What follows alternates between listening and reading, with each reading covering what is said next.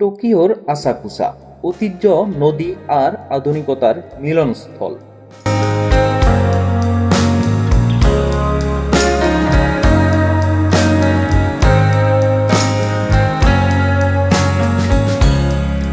Sun is falling, speed in the black. আমরা শুরু করব আসাকুসা স্টেশনের কাছ থেকে, যেখানে জাপানের প্রাচীনতম এবং অন্যতম বিখ্যাত মন্দির সেনসোজি, যেটি 633 খ্রিস্টাব্দে প্রতিষ্ঠিত হয়।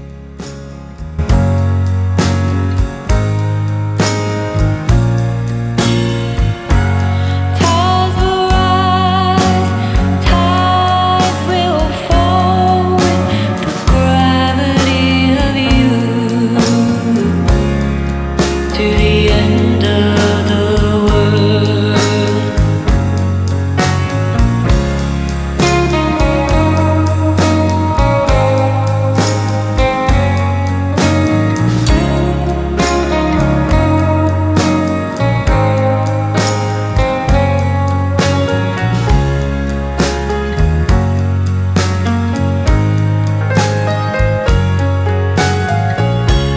Fortune teller, deck in her hand.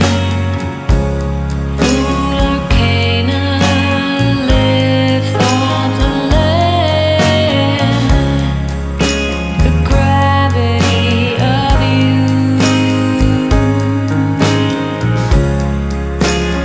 প্রতি বছর হাজার হাজার মানুষ, দেশি ও বিদেশি, মন্দিরের সৌন্দর্য উপভোগ করতে আসেন, যেখানে নাকামিসে স্ট্রিটের বিশেষ ঐতিহ্যবাহী খাবার যেমন তামাগোয়াকি আর হস্তশিল্পের দোকান দেখা যায়।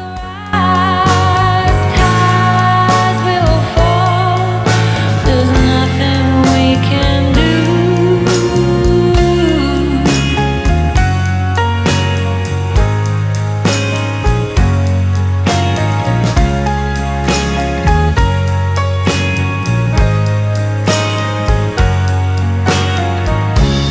How many suns we don't know. এখানে বিদেশি খাবারের অসংখ্য দোকান রয়েছে, যেখানে মুসলিম, তুর্কি, ভারতীয় খাবার পাওয়া যায়, আর সবই খুবই সুন্দর, পরিষ্কার পরিবেশে উপভোগ্য।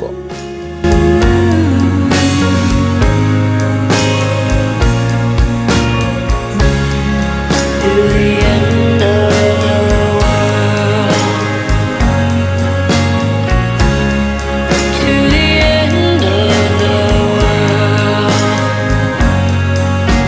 মন্দিরের আশেপাশের এলাকা খুবই সুন্দরভাবে সাজানো, যেখানে প্রাচীন সেনসোজি মন্দিরের সৌন্দর্য আপনাকে অবাক করে দেবে।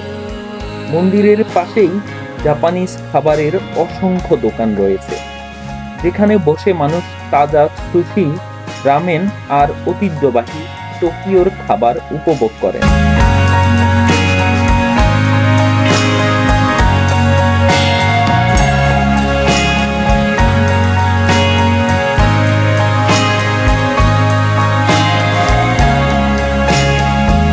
এর পাশেই আপনি বানরের খেলা দেখতে পাবেন, যেই বানরগুলো প্রশিক্ষিত এবং দর্শকদের আনন্দ দেয়।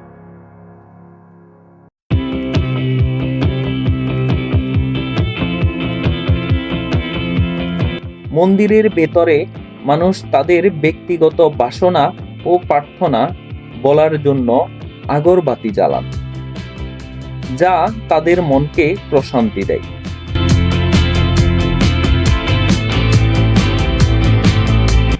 মন্দিরের সামনে দীর্ঘ একটি স্ট্রিট রয়েছে, যেটি দুই পাশে নানা ধরনের কেনাকাটার দোকানে ভরা, যেখানে পর্যটকরা স্মৃতি হিসাবে দারুণ সব উপহার কিনতে পারেন। এই পুরো এলাকা সাজানো, সুগঠিত এবং মানুষের মনে এক চিরস্থায়ী চাপ ফেলে।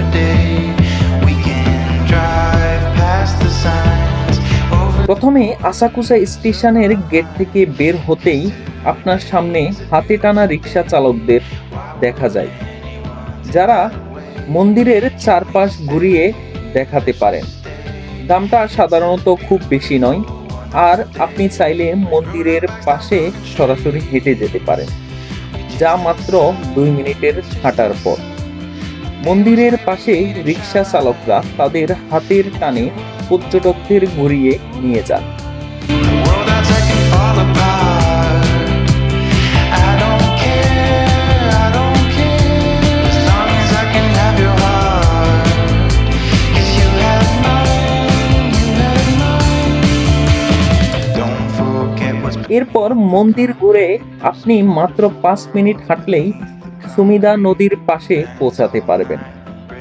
নদীর ধারে এক অসাধারণ লঞ্চ সার্কিট আছে, যেখানে আপনি লঞ্চে চড়ে ওধাইবা পর্যন্ত যেতে পারেন এবং ফের আবার একই পথে ফিরে আসা যায়। লঞ্চের যাত্রা খুবই শান্ত, নদীর পানিও স্বচ্ছ, আর পুরো টোকিওর দৃশ্য এক অনন্য অনুভূতি দেয়। লঞ্চের ভাড়া প্রায় 4000 ইয়েন, যা একবারে পুরো টোকিওর দৃষ্টিভঙ্গি দেখার সুযোগ দেয়। we rode our bikes down broken streets. We chased the sun, chased the sun. The day was great, we made it shine. You were mine, the world that's I can fall apart. Launch থেকে নেমে মাত্র 20 minute হাঁটলেই আপনি Tokyo স্কাইটি এর নিচে যেতে পারবেন। Tokyo স্কাইটি 2008 সালে নির্মাণ কাজ শুরু হয় এবং 2012 সালে এটি সম্পূর্ণভাবে চালু হয়। এটি টোকিওর এবং জাপানের সর্বোচ্চ টাওয়ার, যার উচ্চতা 634 মিটার, এবং এটি নির্মাণের সময় বিশ্বের অন্যতম লম্বা টাওয়ার হিসেবে পরিচিতি পায়। প্রতি বছর প্রায় 3 কোটিরও বেশি দর্শক এই টাওয়ারটি দেখতে আসেন। স্কাইটির উপরে দর্শকরা একটি 360 ডিগ্রি ভিউ উপভোগ করতে পারেন, যেখানে তারা টোকিওর ঐতিহ্যবাহী ভবন, নদী এবং পার্ক সহ পুরো নগরীর বিস্তৃত সৌন্দর্য দেখতে পান। এই টাওয়ারটি শুধুমাত্র একটি পর্যবেক্ষণ স্থান নয়, বরং এটি জাপানের প্রযুক্তি, ঐতিহ্য আর আধুনিকতার এক চমকপ্রদ প্রতীক, যা প্রতিটি দর্শককে মুগ্ধ করে তোলে এবং শহরের এক অনন্য অনুভূতি দেয়। I could use some motivation, but I know how I feel.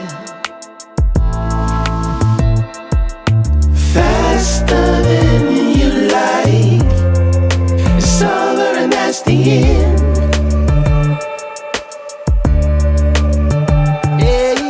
Faster. নদী পার হওয়ার পথে আপনি একটি চমকপ্রদ দৃশ্য দেখতে পাবেন। নদীর উপর থাকা ঐতিহ্যবাহী ব্রিজটি। এই ব্রিজটি প্রায় 100 বছর আগের, কিন্তু আজও তা দারুণভাবে মজবুত। ব্রিজটির উপর দিয়ে ট্রেন ছুটে যায় আর মানুষও হেঁটে যায়। কিন্তু সবচেয়ে দৃষ্টিনন্দন হলো প্রেমিক প্রেমিকা ও স্বামী স্ত্রীদের এক বিশেষ প্রথা। তারা ব্রিজের রেলিংয়ে তালা মেরে চাবিটা নদীতে ফেলে দেয়, যেন তাদের ভালোবাসা চিরস্থায়ী হয়। এই ব্রিজটি শুধু একটি কাঠামো নয়, এটি ইতিহাসের সাক্ষী, যা শতাব্দীর প্রাচীনতা ও ভালোবাসার শক্তিকে একসাথে ধারণ করে আছে। বন্ধুরা, টোকিওর আসাকুসার এই প্রতিবেদনটি আপনাদের কেমন লেগেছে অবশ্যই জানাবেন। আর যদি আপনারা সময় পেয়ে থাকেন বা কখনো সুযোগ পেয়ে থাকেন, তাহলে অবশ্যই এই টোকিওর আসাকুসা স্টেশনে এসে টোকিও টাওয়ার, মন্দির এবং নদীর সৌন্দর্য উপভোগ করতে ভুলবেন না। ভালো থাকবেন, সুস্থ থাকবেন। ধন্যবাদ। Passing through, catching a feeling.